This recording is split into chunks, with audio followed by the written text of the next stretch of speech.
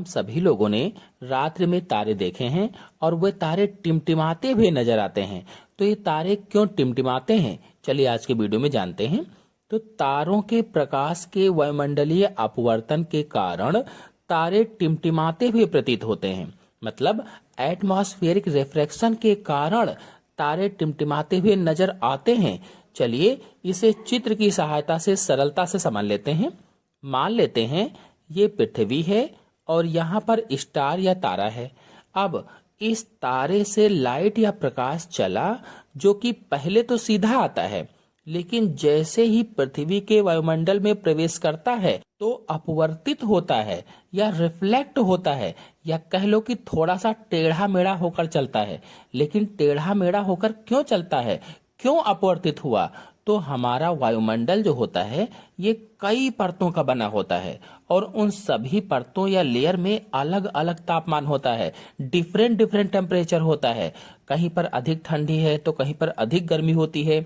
इसी तरह से वायुमंडल में धूल के कण कहीं पर अधिक होंगे तो कहीं पर कम होंगे, और वायु के अणु हैं, अन्य सूक्ष्म कण होते हैं। तो इन सब के कारण डेंसिटी अलग अलग हो जाती है। भाई जहां पर धूल के कण अधिक इकट्ठा होंगे वहां पर डेंसिटी अधिक होगी, सघनता अधिक होगी, और जहां पर धूल के कण या वायु के अणु कम होंगे वहां पर सघनता कम होगी। बिल्कुल वैसे ही जैसे कहीं पर आग जल रही है तो उसके पास में जितना आप बैठेंगे तेज गर्मी आपको महसूस होगी, थोड़ा उससे दूर जाने पर कम गर्मी महसूस होगी। ऐसे ही जैसे आपके पास से कोई बड़ी गाड़ी निकलती है तो उसके पास बहुत ज्यादा धूल उड़ती है, लेकिन उससे थोड़ा दूर अगर आप हैं तो कम धूल वहां पर होती है। तो जहां पर ज्यादा धूल है वहां पर धूल की सघनता है, वहां पर डेंसिटी अधिक है, लेकिन जहां पर धूल कम है वहां पर डेंसिटी कम है। बिल्कुल ऐसे ही जो वायुमंडल है, वायुमंडल में जितनी चीजें मैंने बताया पाई जाती हैं, ये चीजें जहां पर अधिक होती हैं वहां पर उनकी डेंसिटी अधिक होती है, और जहां पर कम होती हैं वहां पर डेंसिटी कम होती है। अब जो तारा होता है, तारों से आने वाला प्रकाश जब इन जगहों से होकर गुजरता है, जहां पर डेंसिटी अधिक है वहां से गुजरता है, तो वह अपनी जगह बदलता है। मतलब प्रकाश विचलित हो जाता है या विचलित होता रहता है, या कह लीजिए कि अपवर्तित होता रहता है। मैंने प्रकाश के अपवर्तन वाले वीडियो में आपको बताया था कि जब प्रकाश विरल माध्यम से सघन माध्यम में जाता है तो अभिलंब की ओर झुक जाता है।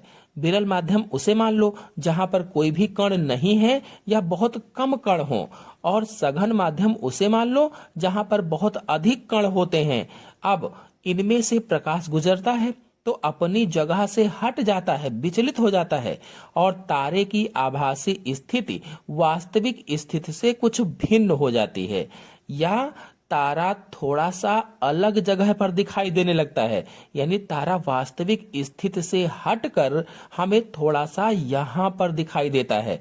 मतलब हमें आभास होता है कि तारा यहाँ पर है, जबकि वो वहां पर होता नहीं है। वास्तव में तारा अपने ही स्थान पर होता है, वास्तविक स्थिति पर ही होता है, लेकिन हमें आभास होता है कि तारा यहाँ पर है। उसे ही आभासी स्थिति कहा जाता है। तो तारे की यह आभासी स्थिति स्थायी ना होकर के थोड़ी थोड़ी बदलती रहती है, क्योंकि जैसे से किरण आगे बढ़ेगी, कहीं पर सघन होगा, कहीं पर और अधिक सघन होगा, तो वो अपवर्तित होती रहती है। इसीलिए जो आभासी स्थिति है ये भी स्थायी नहीं होती है, यह भी थोड़ी थोड़ी देर पर धीरे धीरे करके बदलती रहती है, क्योंकि पृथ्वी के वायुमंडल की भौतिक अवस्थाएं भी बदलती रहती हैं। इसीलिए तारे की आभासी स्थिति विचलित होती रहती है। माने तारा कभी यहाँ तो कभी इस जगह पर दिखाई देता है और कभी यहाँ पर दिखाई देता है। अब देखा, जैसे जैसे अपवर्तित होता है वैसे वैसे तारे की स्थिति बदलती ही रहती है, और इस प्रकार से तारे के प्रकाश की मात्रा कम ज्यादा होती दिखाई देती है। इसी कारण कोई तारा कभी चमकीला तो कभी धुंधला दिखाई देता है, और इसीलिए तारे हमें टिमटिमाते हुए नजर आते हैं।